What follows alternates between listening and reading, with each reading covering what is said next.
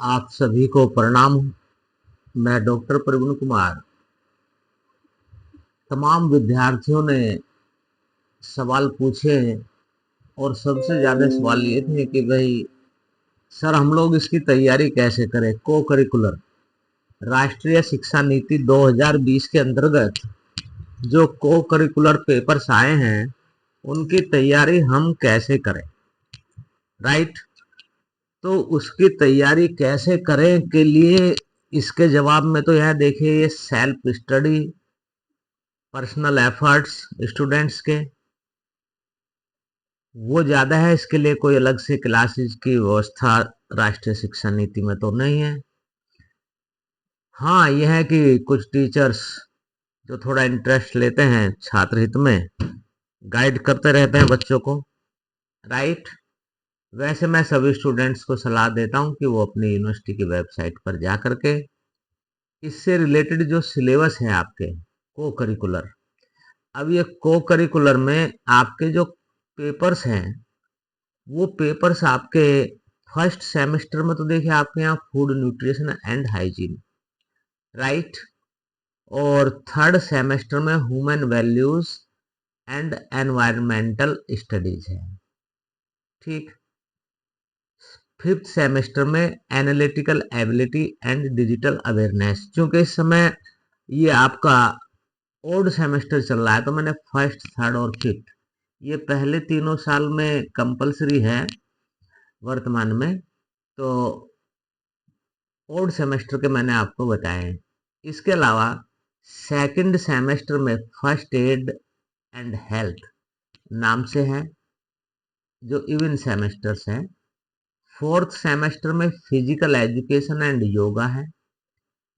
और sixth semester में आपका communication skills and personality development है। तो मैंने ओल्ड सेमेस्टर के और इवन सेमेस्टर में कौन कौन से पेपर आपके यहाँ चलने वाले हैं को करिकुलर सिलेबस के अंतर्गत, पेपर्स के अंतर्गत, कोर्स के अंतर्गत, वो मैंने आपको बता दिए। ये 6 पेपर आपके वर्तमान में कंपलसरी है ग्रेजुएशन लेवल पर। और अगर इन 6 के 6 पेपर का टाइटल देखें और आप सिलेबस देखें, ये आपकी पर्सनल और प्रोफेशनल और आपकी सॉफ्ट स्किल्स के डेवलपमेंट के लिए बहुत जरूरी है। मतलब एक तरीके से अगर आप इसके आधार पर, इस सिलेबस के आधार पर अपनी रियल में तैयारी करें तो जिंदगी में आप जो है असफल हो ही नहीं सकते। इस हिसाब का ये सिलेबस है और इसी मंशा को या उद्देश्य को ध्यान में रखते हुए ये लाया गया है। तो विद्यार्थियों को ये 6 के 6 पेपर, इनका सिलेबस आपके पास होना चाहिए। आप जिस सेमेस्टर में हैं उस सेमेस्टर का सिलेबस आपके टेबल पर होना चाहिए, मतलब आपके तुरंत देखते रहें, आप उसको, उसकी तैयारी करते रहें। तो जैसे मान लीजिए आपका फूड न्यूट्रिशन एंड हाइजीन और सेमेस्टर से मैं शुरू करता हूँ। इसमें आपका पहला पेपर जो है फूड न्यूट्रिशन एंड हाइजीन है, राइट। तो इसमें देखते हैं भाई, पेपर खुलता है तो ये फूड न्यूट्रिशन एंड हाइजीन, हाँ खुल गया। इसमें ये आपका सिलेबस है, ठीक है। और ये सिलेबस ऑल इंडिया की तो मैं नहीं कहता, लेकिन पूरे उत्तर प्रदेश में एक ही सिलेबस है इस पेपर का और पूरे स्टेट में उसी सिलेबस के आधार पर एग्जाम होंगे। डिपार्टमेंट ऑफ हायर एजुकेशन जो स्टूडेंट्स है वो इसको देखते भी रहेंगे। साथ ही साथ जो स्टूडेंट्स हैं उनको मैं बताना चाहता हूं कि department of higher education UP government Lucknow के द्वारा एनईपी नेशनल एजुकेशन पॉलिसी 2020 के अंतर्गत इसको जारी किया गया। Monika S Garg IAS additional chief secretary, उनकी चेयरपर्सन में ये सिलेबस तैयार हुआ। प्रोफेसर टंडन है लखनऊ यूनिवर्सिटी, प्रोफेसर हरे कृष्ण है CCS university, doctor Dinesh Chandra Sharma Kumari Mayawati government girls PG college Badalpur.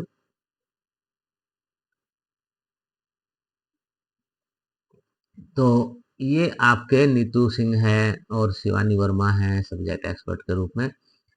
आपके सिलेबस में फूड न्यूट्रिशन एंड हाइजीन में देखिए 5 यूनिट दी गई है यहाँ पर, ठीक है। और इसमें लेक्चर तो लिखा है, लेक्चर होंगे, number of lectures total 30। Concept of food and nutrition, concept of food and nutrition, right. उसके बाद इसमें फर्स्ट यूनिट में तो आपकी दी गई है, देखो यहाँ पर मैं आपको इसको कर भी देता हूँ क्लियर एक बार को। ये आपके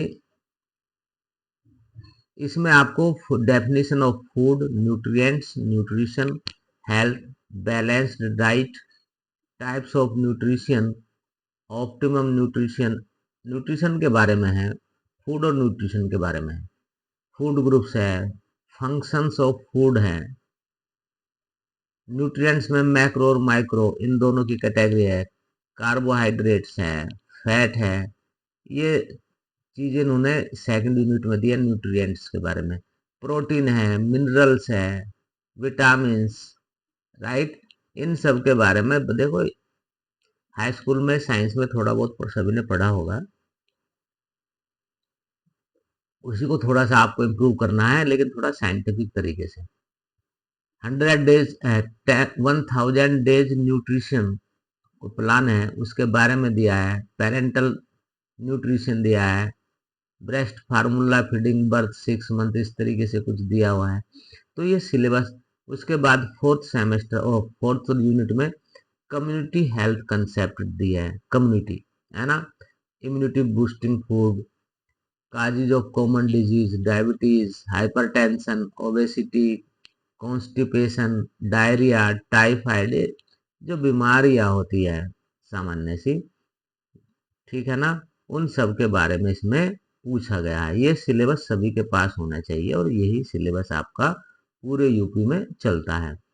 4 यूनिट है इसमें, आपकी स्क्रीन पर है चारों यूनिट, आप चाहो तो इनके अलग अलग फोटो भी ले सकते हो। और ये इसका दूसरा पार्ट है, राइट। थोड़ा सा और आगे बढ़ा देता हूँ मैं इसको, ये यहाँ तक आ गया आपका, आप चाहे तो फोटो भी ले सकते हैं इसकी। सजेस्टिंग रीडिंग्स इसमें दी गई है, देखो यहाँ पर अनीता सिंह के द्वारा कोई बुक लिखी होगी, स्टार पब्लिकेशन आगरा की, food and nutrition, 1000 days nutrition brief brain think babies final PDF, ये दी है। कुछ लिंक दिए गए हैं यहाँ पर, तो इस हिसाब से आप तैयारी करें, इनकी आप मदद ले सकते हैं।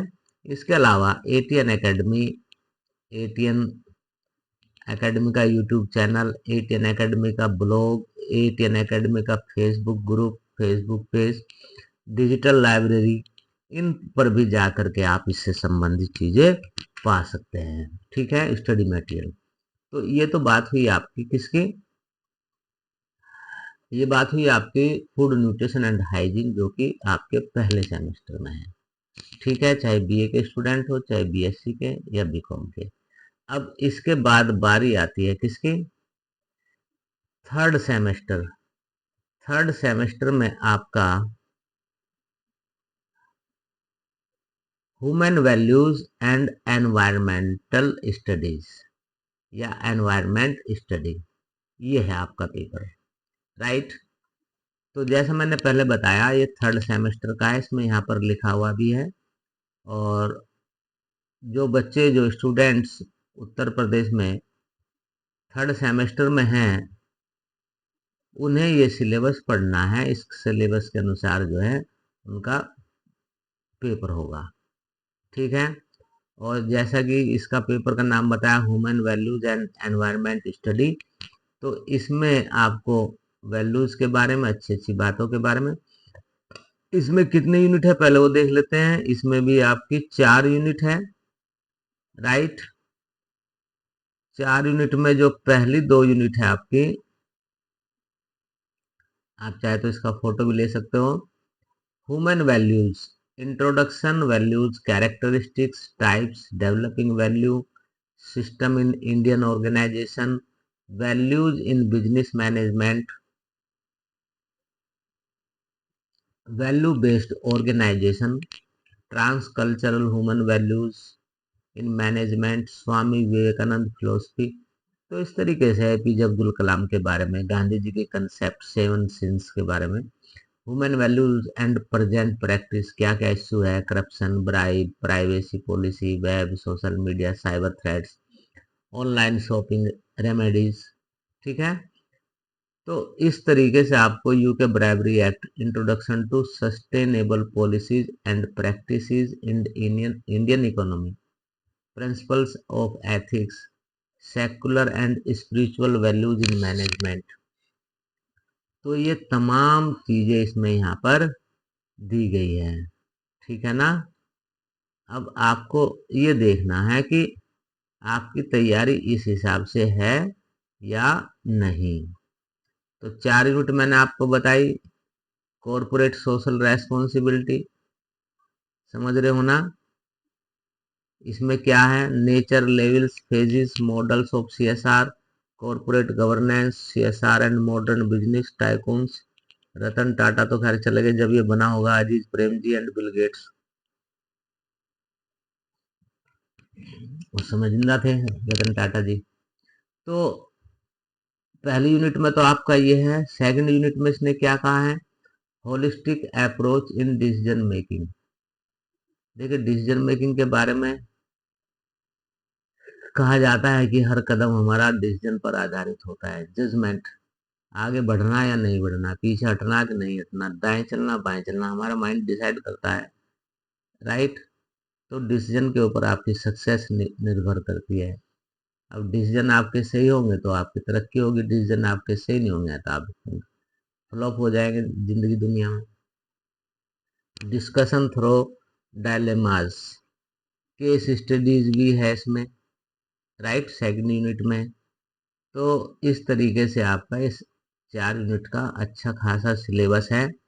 और इसको पढ़ने के लिए आपको बेटा नेट, इंटरनेट सर्फिंग और ब्लॉग्स, हो सकता है मार्केट में आपको बुक अवेलेबल ना हो, इसलिए ओल्ड पेपर्स, सिलेबस तो अपने पास रखना ही चाहिए पूरा का पूरा।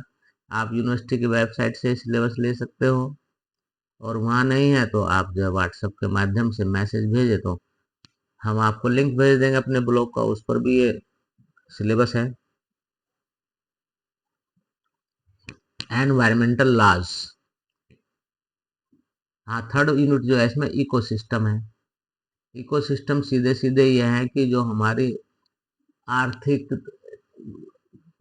पूर्ति है वो उसको कैसे होती है वो, ठीक है ना, इकोसिस्टम।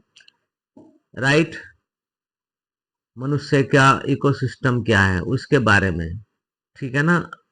और इसमें बारीकी दिया है, human pollution, environment, sustainable development, India and UN sustainable development goals, concept of circular economy and entrepreneurship. ये तमाम इसमें दिए हुए हैं, इसके बारे में आपको पढ़ना पड़ेगा।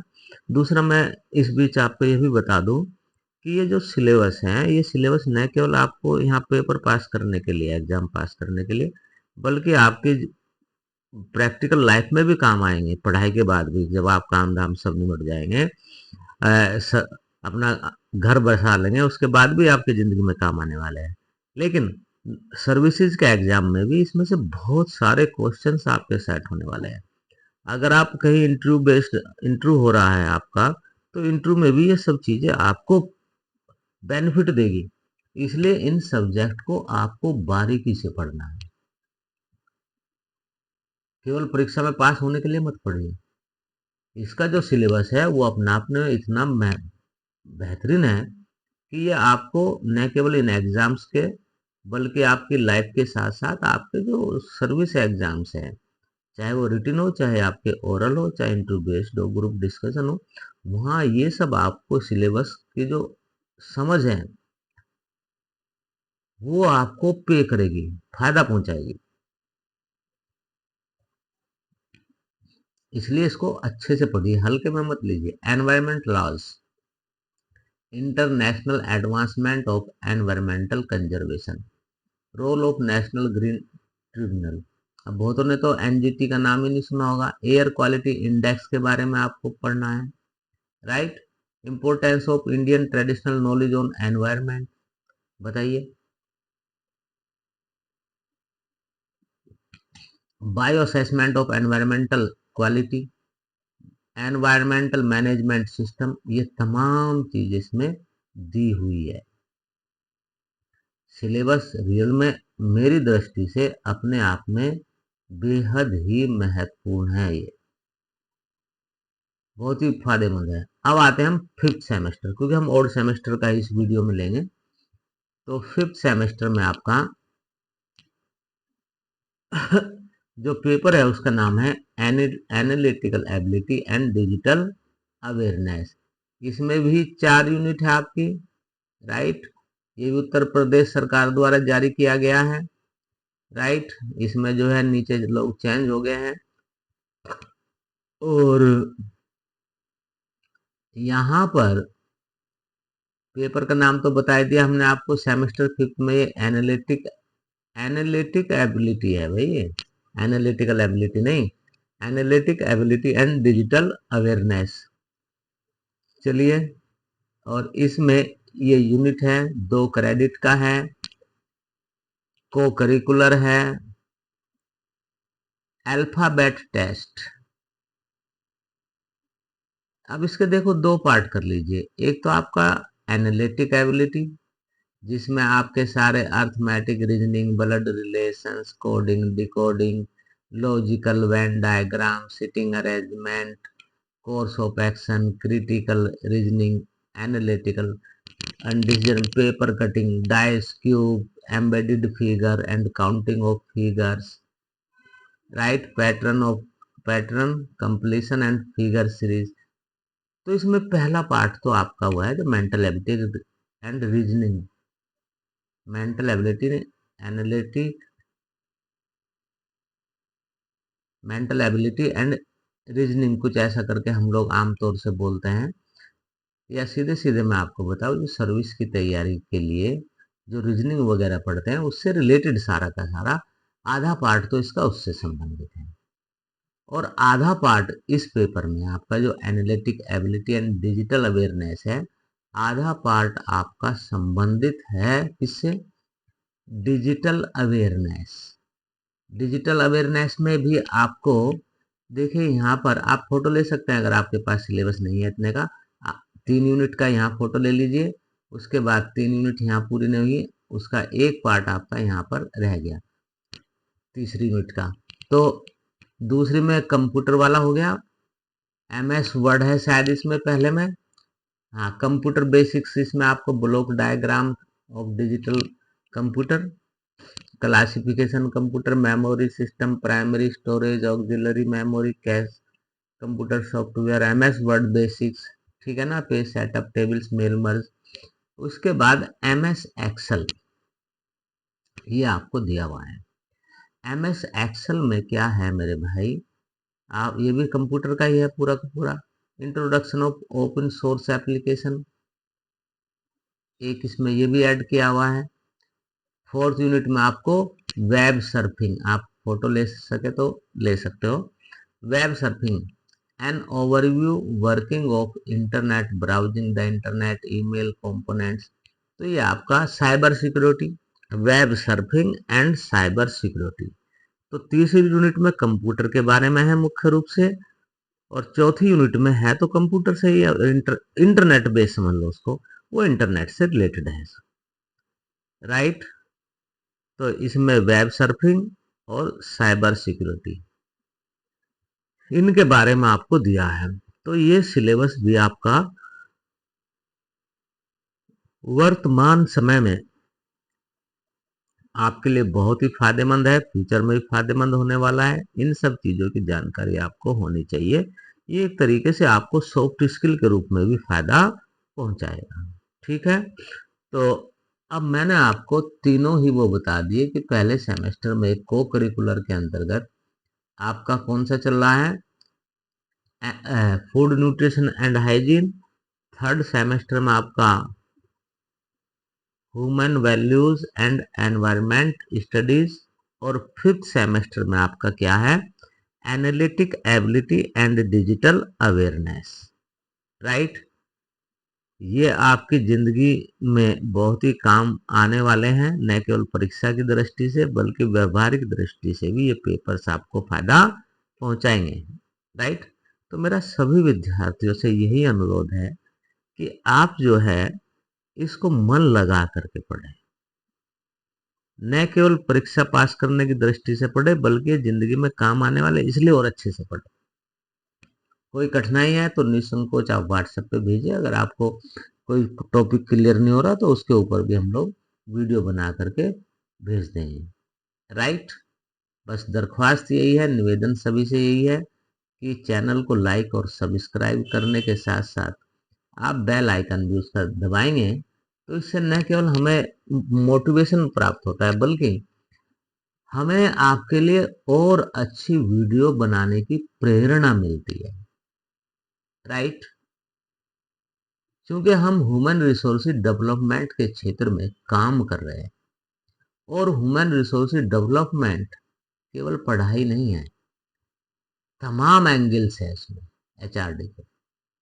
राइट, सर्वांगीण विकास के लिए हम काम कर रहे हैं ह्यूमन रिसोर्सेज के, ताकि हमारा ह्यूमन रिसोर्स इंडियन जो मैन पावर है वो वर्ल्ड लेवल पर compete कर सके और वो टॉप कैटेगरी में कि human resources of India is the best all over the world. Right, ये हमारी संकल्पना है, इसी को लेकर के हम मैदान जंग में उतरे हैं और बहुत कुछ डिपेंड करेगा आपके स्नेह पर, और वो स्नेह झलकेगा लाइक, सब्सक्राइब और बेल आइकन के रूप में। तो तैयारी करिए, कोई कठिनाई है मेरे व्हाट्सएप नंबर में आपको बता देता हूँ, डॉक्टर प्रवीण कुमार नाम मेरा, और व्हाट्सएप नंबर है 9760480884। मैं रिपीट करता हूँ 9760480884। थैंक यू सो मच, फिर मिलते हैं आपसे, तब तक आप तैयारी करिए। जय हिंद, जय